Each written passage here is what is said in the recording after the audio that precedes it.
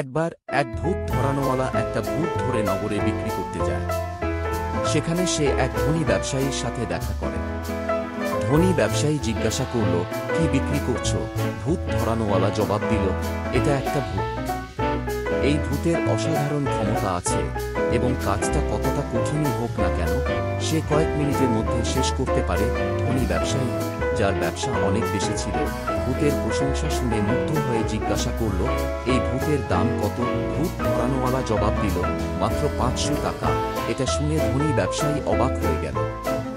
সে বলল, কি, মাত্র 500 টাকা?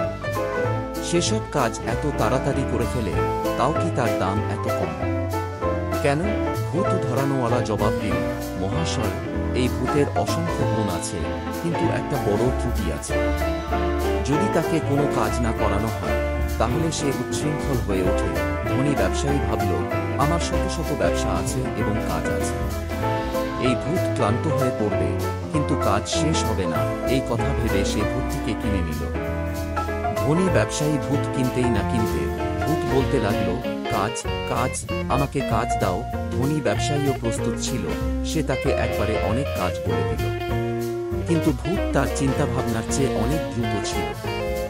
ধনী ব্যবসায়ী যা বলেছিল ঠিক তেমনি কয়েক মিনিটের মধ্যে ভূত সব কাজ শেষ করে ফেলল। ধনী ব্যবসায়ী খুশি হয়েছিল, কিন্তু কয়েকদিন পরে সে চিন্তিত হয়ে পড়ল। তার প্রায় সব কাজই ভূত আগেই করে ফেলেছে, আর সে বুঝতে পারছিল না যে এখন তাকে আর কি কাজ করবে। আর তাকে কোনো কাজ না দিলে সে তাকে মেরে ফেলবে এবং খাবে। সে দিনরাত চিন্তা করতে শুরু করল এবং ধীরে ধীরে তার স্বাস্থ্য খারাপ হতে লাগল। একদিন একজন সন্ন্যাসী ধনী ব্যবসায়ীর শহরে এল। ধনী ব্যবসায়ীর এক বন্ধু তাকে সন্ন্যাসীর কাছে যাওয়ার এবং তার সমস্যার সমাধান চাওয়ার পরামর্শ দিল। ধনী ব্যবসায়ী সন্ন্যাসীর কাছে গিয়ে তাকে পুরো ভূতের গল্প বলল। ধনী ব্যবসায়ীর কথা শুনে সন্ন্যাসী হাসলেন এবং বললেন, চিন্তা করবেন না, এর সমাধান খুব সহজ।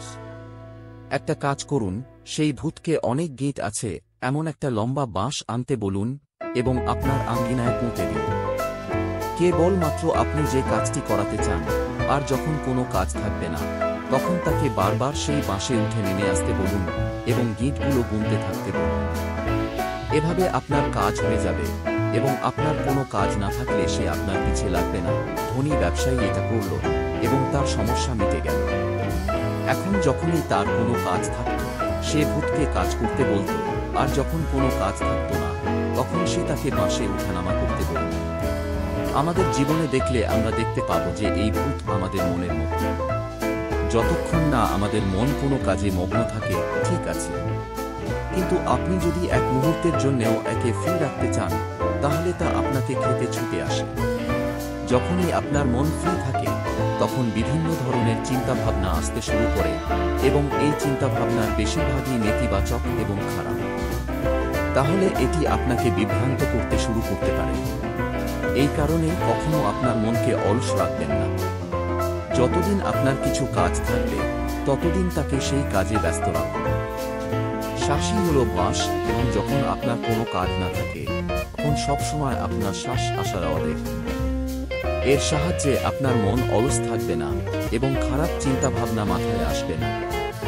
আপনি যদি এটি চর্চা করতে থাকেন তাহলে ধীরে ধীরে আপনিও সব ধরনের সুখ ও শান্তির ঝুলিতে ঝুলতে শুরু করবেন।